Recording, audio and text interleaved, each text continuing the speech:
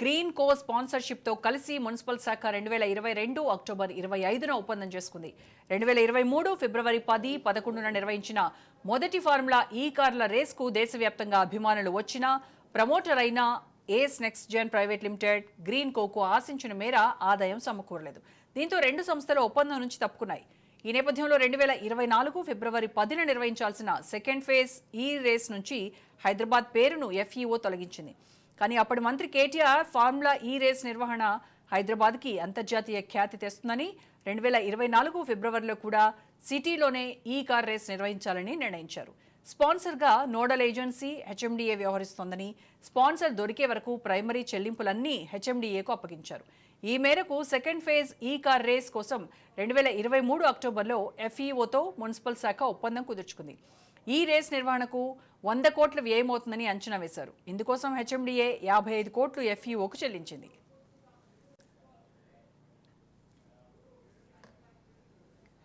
దీనికి సంబంధించి మరింత సమాచారం మా ప్రతినిధి రాజురెడ్డి అడుగుదాం. రాజురెడ్డి, ఇప్పుడు అసెంబ్లీలో కేటీఆర్ మాట్లాడారు, ప్రభుత్వానికి నిజంగా చిత్తశుద్ధి ఉంటే గనక, ప్రజలకు వాస్తవాలు చెప్పేటువంటి ధైర్యం గనక ఆ ప్రభుత్వానికి ఉంటే ఈ విషయం పైన, ఈ రేస్ విషయంలో చర్చ పెట్టండి, నేను దానిపైన మాట్లాడడానికి సిద్ధంగా ఉన్నాను అని చెప్పారు.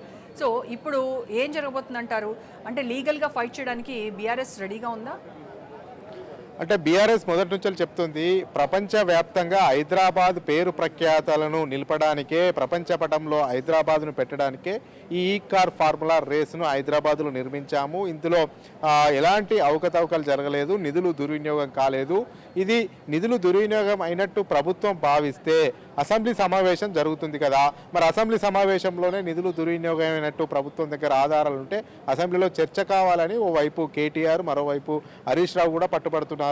ఎందుకంటే మేము అవినీతి చేయలేదు, హైదరాబాద్ పేరు ప్రఖ్యాతలను గావించడానికే ఇక్కడ ఈ ఫార్ములా రేసు నిర్వహించాం తప్ప ఇలాంటిది ఏమీ లేదు, ప్రభుత్వమే కావాల్సుకొని కక్షపూరితంగా వ్యవహరించి అక్రమంగా కేసులను పెట్టిస్తుంది, ఎఫ్ఐఆర్ చేపించింది అనేది కూడా బీఆర్ఎస్ వాదనగా వినిపిస్తుంది.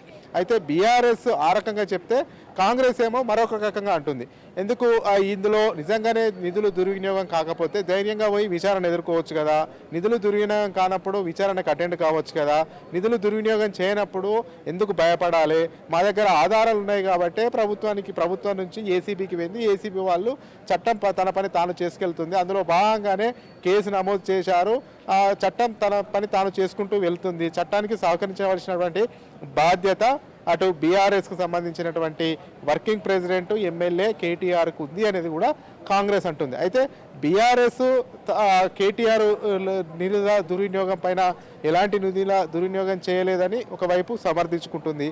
అయితే కాంగ్రెస్ ఏమో ఖచ్చితంగా నిధులు దుర్వినియోగమైనట్టు ప్రభుత్వం దృష్టికి వచ్చింది కాబట్టి ఏసీబీ కేసు నమోదు చేసింది అనేది వీళ్ళ వాదన. అయితే ఎవరి వాదన వాళ్ళు వినిపిస్తున్నా కానీ ఇప్పుడు అసెంబ్లీ సమావేశాలు జరుగుతున్నాయి కదా, మరి అసెంబ్లీ సమావేశంలో చర్చకు పెట్టాలి అనేది కూడా ఓవైపు హరీష్ రావు, మరోవైపు కేటీఆర్ డిమాండ్ చేస్తున్నారు. అయితే మొత్తానికి చూసుకున్నట్టయితే గతం 10 సంవత్సరాల పాలనలో బీఆర్ఎస్ అవినీతి జరిగిందనేది కూడా కాంగ్రెస్ పెద్ద ఎత్తున ఆరోపణలు చేస్తుంది. కాంగ్రెస్ అధికారంలోకి రాకముందు ప్రతిపక్షంగా ఉన్నప్పుడు కూడా పెద్ద ఎత్తున విమర్శలు చేసింది. అయితే అధికారంలోకి వచ్చిన తర్వాత ఒక్కొక్కటి ముందుకు తీసుకెళ్లాలి, అవినీతి ఆరోపణలు ఏమైతే చేశామో వాటన్నిటిపైన కూడా విచారణ జరిపించాలనేది కాంగ్రెస్ లక్ష్యంగా కనబడుతుంది, ప్రభుత్వం లక్ష్యంగా కనబడుతుంది. అందులో భాగంగానే ఈ కార్ ఫార్ములా రేసును తెర మీదకి తీసుకొచ్చినట్లు తెలుస్తుంది. అయితే ఈ కార్ ఫార్ములా రేస్కు సంబంధించి నిధుల దుర్వినియోగం అయినట్టు, అదేవిధంగా ఇక్కడ కరెన్సీ విదేశాలకు తరలినట్టు పూర్తిగా ఆధారాలు ఉన్నాయనేది కూడా ప్రభుత్వం నుంచి వర్షం వినిపిస్తుంది.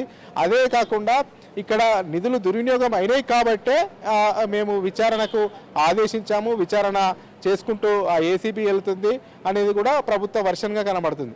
అయితే ఈ ఏసీబీ కేసు నమోదు చేసిన దరిమిల ఎప్పుడు నోటీసులు ఇస్తుంది అనేది కూడా ఇంట్రెస్టింగ్గా ఉంది. రేపో మాపో కేటీఆర్కు నోటీసులు వెళ్ళే అవకాశాలు కనబడుతున్నాయంటూ కూడా ప్రభుత్వ వర్గాల నుంచి చర్చ జరుగుతుంది. ఎందుకంటే ఆల్రెడీ ఎఫ్ఐఆర్ బుక్ అయింది కాబట్టి ఎఫ్ఐఆర్ బుక్ అయిన తర్వాత ఆటోమేటిక్గా నోటీసులు అందుతాయి, విచారణకు పిలుస్తారు. విచారణకు పిలిచిన తర్వాత ఫర్దర్గా మరి A1గా ఉన్నటువంటి కేటీఆర్నే మొదటగా పిలుస్తారు, A2గా అరవింద్ కుమార్ ఉన్నారు, అప్పుడు ఉన్నటువంటి ఐఏఎస్ అధికారి, తర్వాత A3గా BNN రెడ్డి ఉన్నాడు. అయితే ముగ్గురిని కూడా విచారణకు పిలుస్తారు. అసలు నిధుల దుర్వినియోగం ఏమైంది, అసలు ఈ కార్ ఫార్ములా రేస్ వెనుక కథ ఏం జరిగింది అనేది కూడా పూర్తి వివరాలు సేకరించే ప్రయత్నం అయితే ఏసీబీ చేస్తుంది. మొత్తానికైతే ఇప్పుడు ఇదంతా రాష్ట్ర రాజకీయాల్లో రసవత్రంగా మారింది. ఓవైపు నిధుల దుర్వినియోగం జరిగింది అనేది కాంగ్రెస్ ఆరోపణలు చేస్తుంది. మేము నిధుల దుర్వినియోగం చేయలేదు, అది ప్రపంచ ప్రఖ్యాత పేరు సంపాదించడానికి హైదరాబాద్ను ప్రపంచ పటంలో నిలపడానికే మేము ఇక్కడ ఈ కార్ రేస్ ఫార్ములా పెట్టాము. దాని ద్వారా పెద్ద ఎత్తున ప్రపంచవ్యాప్తంగా హైదరాబాద్ అనేది గుర్తింపు పొందింది అనేది కూడా బీఆర్ఎస్ వర్షన్. అంతేకాకుండా ఇది అంతా కూడా ప్రభుత్వ ఖాతాల నుంచే వెళ్ళింది. కేటీఆర్ స్వతహాగా నిధుల నుంచే వెళ్ళలేదు, కేటీఆర్ ఇందులో హస్తం లేదు అనేది కూడా బీఆర్ఎస్ వాదన కనిపిస్తుంది. మొత్తానికైతే అటు ఇదంతా ఈ కార్ ఫార్ములా రేస్ అనేది పొలిటికలైజ్డ్ తీసుకుందని చెప్పుకోవచ్చు. బీఆర్ఎస్ ఏమో ఎట్టి పరిస్థితులు ఇదంతా కూడా కక్షపూరిత చర్యలు, రాజకీయ దురుద్దేశంతో చేస్తుంది. ఎందుకంటే కాంగ్రెస్ ప్రభుత్వం ఈ కార్ రేస్ ఈ వ్యవహారం అంతా ప్రజల అభిప్రాయాలు ఎలా ఉన్నాయి, అలాగే మిగతా రాజకీయ పార్టీలు ఎలా చూస్తున్నాయి? అయితే ప్రజలకైతే తప్పు చేయలేదని బీఆర్ఎస్ ఎక్స్ప్లెయిన్ చేసే అవకాశం ఉంది. బరాబర్ తప్పు జరిగింది కాబట్టే ఈ కేసు నమోదైందని కాంగ్రెస్ చెప్పే ప్రయత్నం చేస్తుంది. దానికి తోడు బీజేపీ కూడా గతం నుంచి కూడా బీఆర్ఎస్ ప్రభుత్వం పైన విమర్శలు చేస్తుంది కాబట్టి ఖచ్చితంగా అవినీతి జాగింది కాబట్టే విచారణకు పిలిచారని కూడా బీజేపీ చెప్పే ప్రయత్నం చేస్తుంది. అయితే ఇక్కడ చూసుకోవాల్సింది ఏంటంటే ప్రజలు ఎలా రిసీవ్ చేసుకుంటారని చూడాలి. అయితే కాంగ్రెస్ ఇచ్చినటువంటి 6 గ్యారంటీలు 13 పథకాలు అమలు చేయట్లేదు కాబట్టి, ప్రభుత్వం పైన ప్రశ్నిస్తున్నాం కాబట్టి, ప్రభుత్వ వ్యతిరేక విధానాలు ఎండగడుతున్నాం కాబట్టి, తద్వారా కేటీఆర్ను టార్గెట్ చేశారు, కేటీఆర్ను ఇందులో కేసులో ఇరికిచ్చారనేది కూడా బీఆర్ఎస్ వాదన కనబడుతుంది. లేదు మేము ఒక్కొక్క సంక్షేమ కార్యక్రమాలు అమలు చేసుకుంటూ పోతున్నాము, మేము ఎక్కడ కూడా అభివృద్ధిని ఆపట్లేదు, ఇచ్చిన హామీలను చేసుకుంటూ పోతున్నాము, అప్పుల రాష్ట్రంగా మార్చినా కానీ ఇది పూర్తిగా రాష్ట్రాన్ని బకాయిల రాష్ట్రంగా మార్చినా కానీ మేము ఇచ్చిన హామీలకు కట్టుబడి ఉన్నాము, ఒకటి చేసుకుంటూ వెళ్తాం. ఇప్పుడు మేము సంవత్సరమే పాలన అయింది, ఇంకా 4 సంవత్సరాల పరిపాలన బాకీ ఉంది. ఈ 4 సంవత్సరాల లోపల పూర్తిగా మేము ఇచ్చినటువంటి హామీలు చేసుకుంటూ వెళ్తాము. కానీ అదే విధంగా ఎక్కడైతే అవినీతి జరిగిందో ఆ అవినీతిని గుర్తిస్తామో, ఆ అవినీతి పైన చర్యలు తీసుకుంటాం. అది కాంగ్రెస్ మొదటి నుంచి వెళ్ళి విధానపరమైన నిర్ణయం తీసుకుంది కాబట్టి అధికారంలోకి వచ్చిన తర్వాత ఏ ఆధారాలు దొరికితే దాని ప్రకారం ఈ యొక్క విచారణ జరుగుతుంది. ఆ విచారణ చట్టం తనని చేసుకుంటూ వెళ్తుంది అనేది కూడా కాంగ్రెస్ చెప్పుకొస్తున్నటువంటి పరిస్థితి. అయితే బీఆర్ఎస్ ఏమో అసలు వీళ్ళు హామీలు నిలబెట్టుకోవట్లేదు, ప్రజల మైండ్ సెట్ను డైవర్ట్ చేయడానికి ఇదంతా డైవర్ట్ పాలిటిక్స్ చేస్తున్నారు, ప్రజల దృష్టిని మళ్లించడానికే ఈ కార్ రేస్ ఫార్ములాను తెర మీదకి తీసుకొచ్చారనేది కూడా బీఆర్ఎస్ వాదన కనబడుతుంది. అయితే ప్రజలు దీన్ని ఏ రకంగా రిసీవ్ చేసుకుంటారు? అయితే ప్రజలు కూడా ఒకటి భావిస్తారు, ఇది కేసు అవుతుందా కాదా, అసలు కేసు పెట్టిన తర్వాత యాక్షన్ ఎలా ఉంటుందా అనేది కూడా ప్రజలు ఎక్కువ థింక్ చేయరు. ప్రజలకి అయితే ఏవైతే హామీలు ఇచ్చారో దానిపైన థింక్ చేస్తారు. అంతేకాకుండా ఏదైతే చట్టం తన పని తాను చేసుకుంటా వెళ్ళాలి కాబట్టి ఎవరైతే తప్పు చేస్తే వాళ్ళకి శిక్ష పడాలనేది కూడా ప్రజలు కోరుకుంటారు. అయితే ఇదంతా కూడా ఇప్పుడు రాజకీయ టర్న్ తీసుకుందని కూడా చెప్పుకోవచ్చు. అందులో భాగంగానే కేటీఆర్ను అరెస్ట్ చేశారు అనేది కూడా బీఆర్ఎస్ వాదన కనిపిస్తుంది. లేదు ఖచ్చితంగా ఈ ఫార్ములా రేస్లో తప్పు జరిగింది, నిధుల దుర్వినియోగం జరిగింది, ఇక్కడ నుండి విదేశాలకు ఇక్కడ కరెన్సీ వెళ్ళింది, ఇదంతా కూడా ఎలాంటి అనుమతులు లేకుండానే వెళ్ళింది, ఆర్బీఐ గైడ్లైన్స్కు విరుద్ధంగా వెళ్ళింది, ఆర్బీఐ అనుమతి కూడా లేదనేది కూడా ఈ కాంగ్రెస్ పార్టీ చెప్తా ఉంది. మొత్తానికి అయితే ఏసీబీ అయితే 3 సెక్షన్ల కింద కేసు బుక్ చేశారు, నాన్ బెయిలబుల్ సెక్షన్ల కింద బుక్ చేశారు. అయితే ఇప్పటికే కేసు బుక్ అయింది కాబట్టి ఏ క్షణమైనా విచారణకు రావాలి అని ఆదేశిస్తూ నోటీసులు ఇచ్చే అవకాశాలు కూడా కనబడుతున్నాయి. అయితే అసెంబ్లీ సెషన్కు అయిపోయిన తర్వాత విచారణకు రమ్మని పిలుస్తారా, లేకపోతే అసెంబ్లీ సెషన్స్ జరుగుతున్నటువంటి నేపథ్యంలోనే విచారణకు రమ్మని చెప్తారనేది కూడా ఇంట్రెస్టింగ్గా మారింది. అయితే కాంగ్రెస్ మాత్రము గత ప్రభుత్వంలో ఏవేవి అవకతవకలు జరిగాయి, అవినీతి జరిగాయి, వాటన్నిటి మీద మాత్రం సీరియస్గా ఫోకస్ చేసింది. అందులో భాగంగా కాళేశ్వరం ప్రాజెక్ట్ పైన ఫోకస్ చేసింది. కాళేశ్వరంలో పెద్ద ఎత్తున అవినీతి జరిగిందని మొదటి నుంచి కాంగ్రెస్ ఆరోపిస్తూ వస్తుంది. అదేవిధంగా విద్యుత్ కొనుగోలులో కూడా అవకతవకలు జరిగాయి అనేది కూడా పెద్ద ఎత్తున విమర్శలు చేసుకుంటూ వస్తుంది. మిషన్ భగీరథలో కూడా అవినీతి జరిగిందనేది కూడా కాంగ్రెస్ మొదటి నుంచి చెప్పుకుంటూ వస్తుంది. అయితే వీటి అన్నిటిపైన కూడా ఒక్కొక్కటి విచారణ చేసే అవకాశాలు కనబడుతున్నాయి.